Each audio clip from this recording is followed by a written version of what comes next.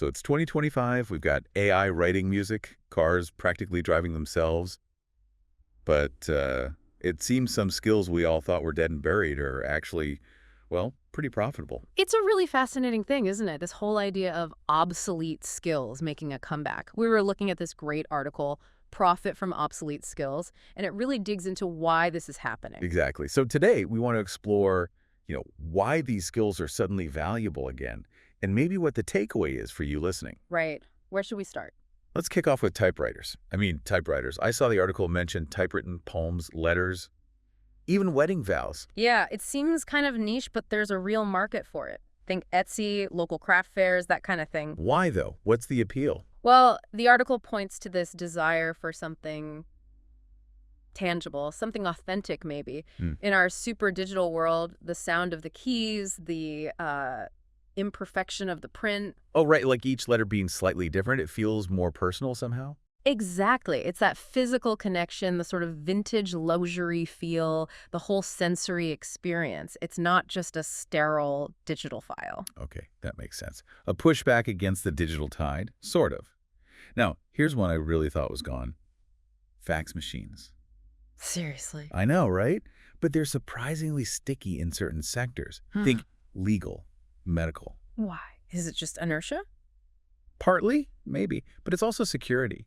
Fax lines are generally seen as more secure for certain kinds of sensitive documents because they're point-to-point and, crucially, they're offline.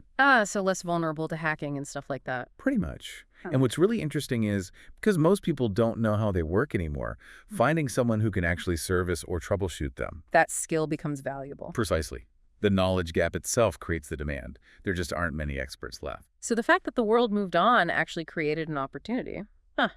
Okay, what else? What about like old VHS tapes? Yeah, another surprise. There's definitely a market. You've got collectors, obviously, but also filmmakers who want that specific analog look, that grainy aesthetic. And nostalgia hunters, I guess. Oh, absolutely. Big time.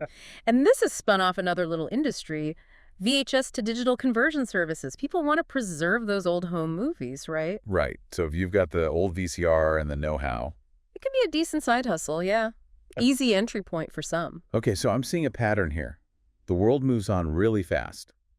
Maybe too fast sometimes. That seems to be the core idea in the article, yeah. Technology advances, leaves older stuff behind, but it doesn't mean everyone moves on. Right. These niche audiences are still passionate, or the old tech still does a specific job really well. Exactly. And because the supply of the skill or the product is low and the demand comes from a dedicated group, well, prices can go up. Niche demand can mean higher value. Okay, so bringing this back to you, the listener, what's the main takeaway here? I think it's about not automatically dismissing skills just because they seem old-fashioned or, obsolete. Don't throw out the mental toolbox just yet. Right. The article even throws out examples like fixing old floppy disk drives, maybe coding in ancient languages like BASIC. Basic? Wow. Or using a slide projector. Yeah, stuff like that. Maybe not huge markets, but they illustrate the point. Value can hide in unexpected, forgotten places. Think about legacy systems in big companies still running on older code. So you might not be obsolete, you might be uniquely valuable. A money-making time traveler, as the article puts it. Kind of a fun way to think about it, isn't it? It's about reframing. Maybe that skill you learned years ago that tech used to tinker with, maybe it has a new relevance. So just to quickly wrap up, this rapid technological change we're living through can actually create these weird pockets of profitability for older skills. Driven by niche demand, nostalgia, or sometimes just the specific enduring utility of that older tech. Which leads us to a final thought for you to chew on.